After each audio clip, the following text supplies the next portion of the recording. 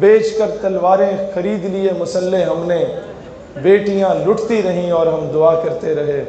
اور ناداں گر گئے سجدے میں جب وقت قیام آیا۔ مجھے بڑا دکھ ہوتا ہے، آدھا گھنٹہ قوم کو کھڑا کر کے اپنے ہی گھر کے باہر ہم کہتے ہیں کشمیر آزاد ہو جائے گا۔ میں کہتا ہوں اگلے جمعے قوم کو اٹھک بیٹھک کرا لو، کشمیر نے آزاد نہیں ہونا۔ پھر اگلے جمعے قوم کو آدھا گھنٹہ لٹا دو، شاید کشمیر آزاد ہو جائے۔ لیکن اگر پھر بھی آزاد نہ ہو تو اگلے جمعے پوری قوم کو آدھا گھنٹہ مرغا بنا دو اور کہہ دو کہ امت سے معافی مانگو کہ اب محمد بن قاسم نہیں آتا، اب صلاح الدین ایوبی نہیں آتا، اب نور الدین مدینے کی گلیوں میں چیخیں مارتا ہوا روتا ہوا نہیں پھرتا کہ میرے آقا نے مجھے چنا اس کام کے لیے۔ اب ایوبی یہ نہیں پوچھتا کرتے وہ تم تھے، لو دیکھو محمد عربی نے اپنے غلام کو بھیج دیا نا۔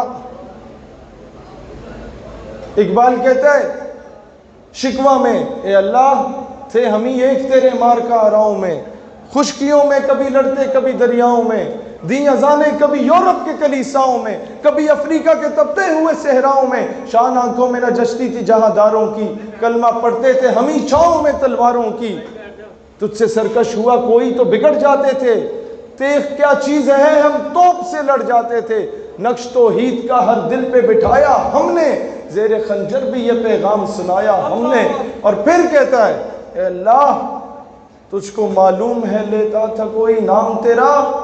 قوت بازو مسلم نے کیا کام تیرا، جواب شکوہ میں ہم جیسوں کو تھپڑ رسید ہوتا ہے، جواب آتا ہے اچھا تو ایسی باتیں کر رہے ہو، میرے کعبے کو جبینوں سے بسایا کس نے، میرے قرآن کو سینوں سے لگایا کس نے،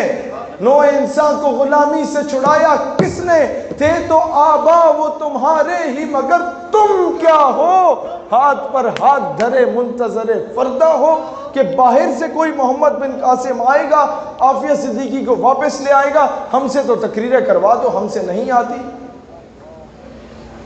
باہر سے کوئی ٹیپو سلطان آئے گا کشمیر کی بہن کے سر پہ دوپٹہ دے دے گا، ہم تو ٹرمپ صاحب کے ساتھ تصویریں کھنچوانے میں شوقین ہیں۔ باہر سے کوئی غزنوی آئے گا اور پھر بتوں کو پاش پاش کر دے گا، ہم تو ٹرمپ کے گوٹے گٹوں میں بیٹھ کے کشمیر کی بھیک مانگیں گے۔ بھیک مانگنے سے آزادیاں نہیں ملتی، آزادیاں چھین کے لی جاتی۔